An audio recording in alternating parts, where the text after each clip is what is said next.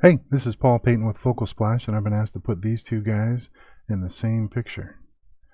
So, I have to decide whether I'm going to put him in this picture or the other way around.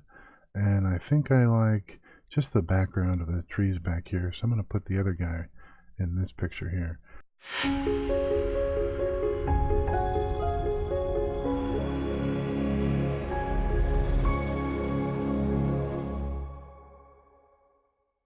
So to do that, let's just do this real quick and easy. I'm going to grab up this with a lasso tool. Yikes. Super quick and easy. Control J and put him with the move tool into the other picture. Just like so.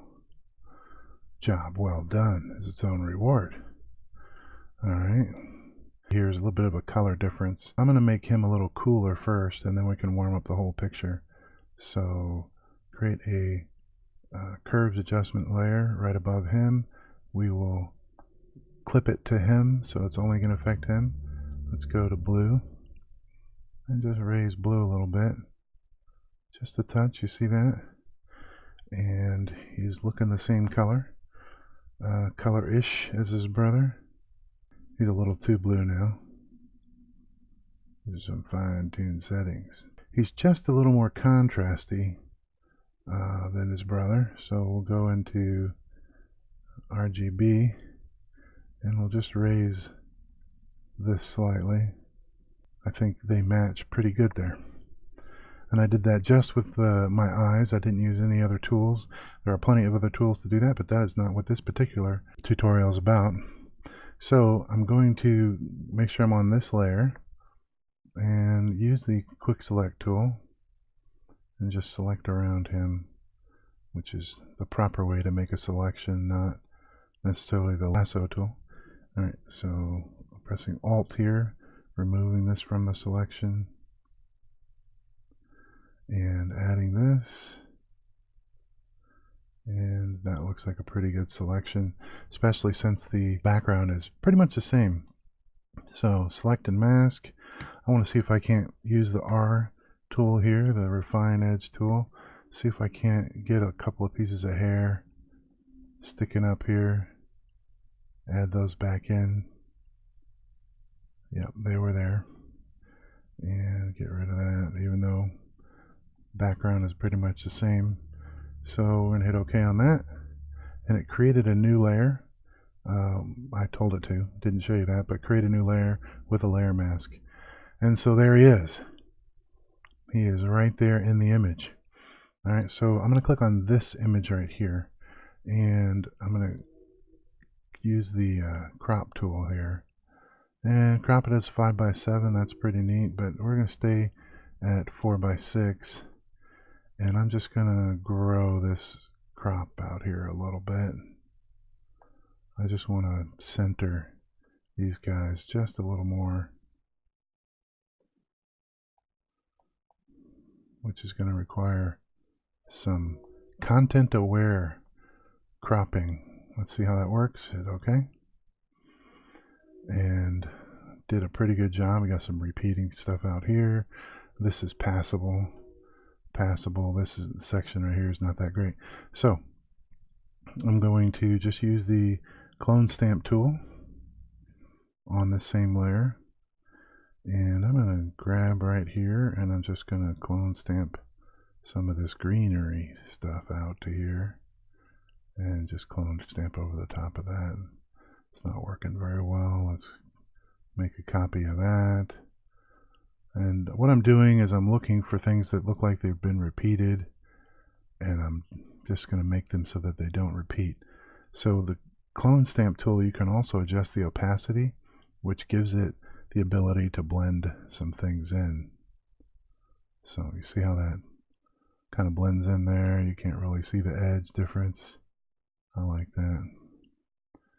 And I'm going to grab this right here, put it out like that, and then grab this right here and cover it up so it doesn't look like a repeat. And there you have it. Get rid of this right here. It's definitely repeated. Yeah, this is just a leaf here, doesn't need that. Oh, look at that. When I did the crop, I'm going to recrop it.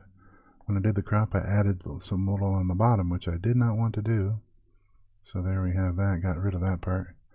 And maybe I cropped it a little too high on top too.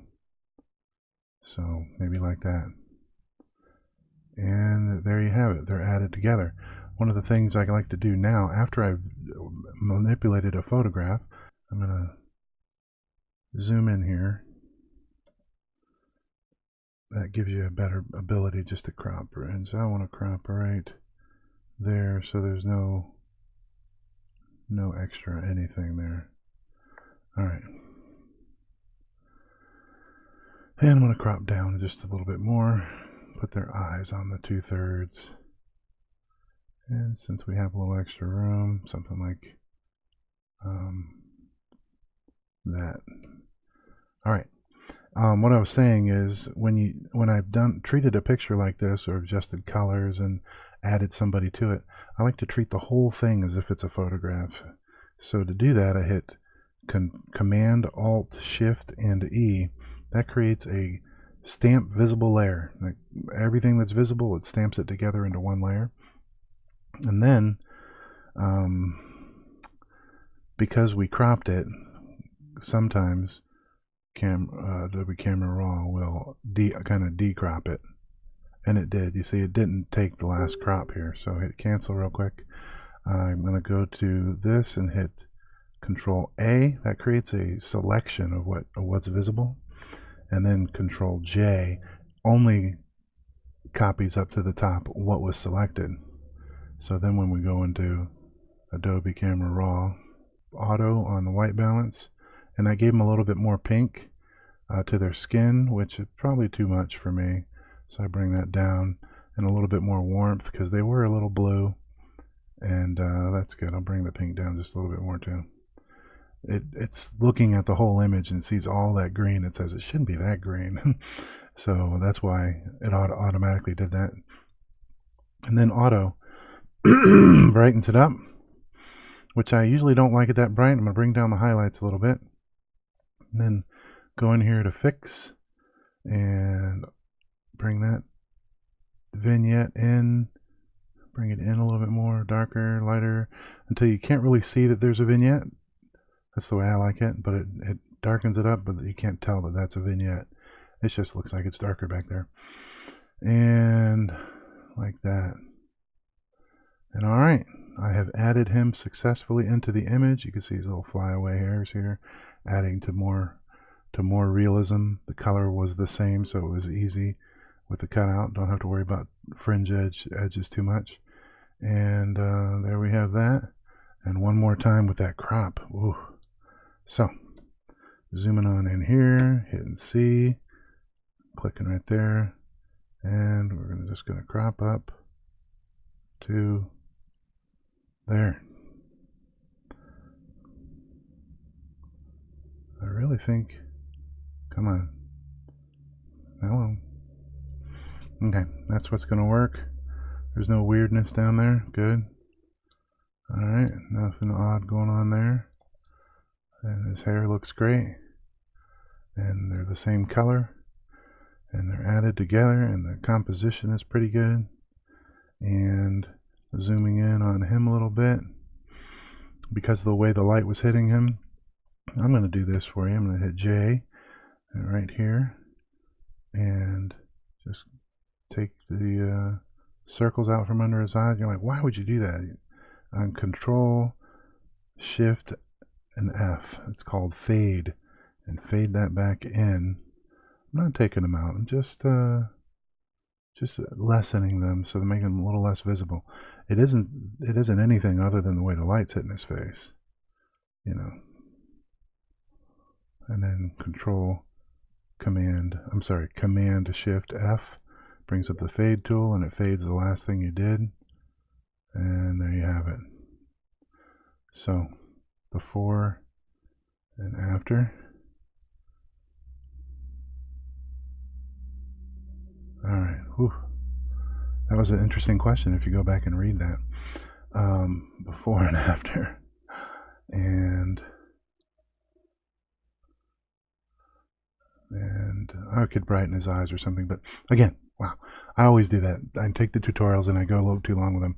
So I cut them out, I add them to the picture. That's what the tutorial is about. If you have any questions, let me know. This is Paul Payton with Focal Splash. Thanks for watching.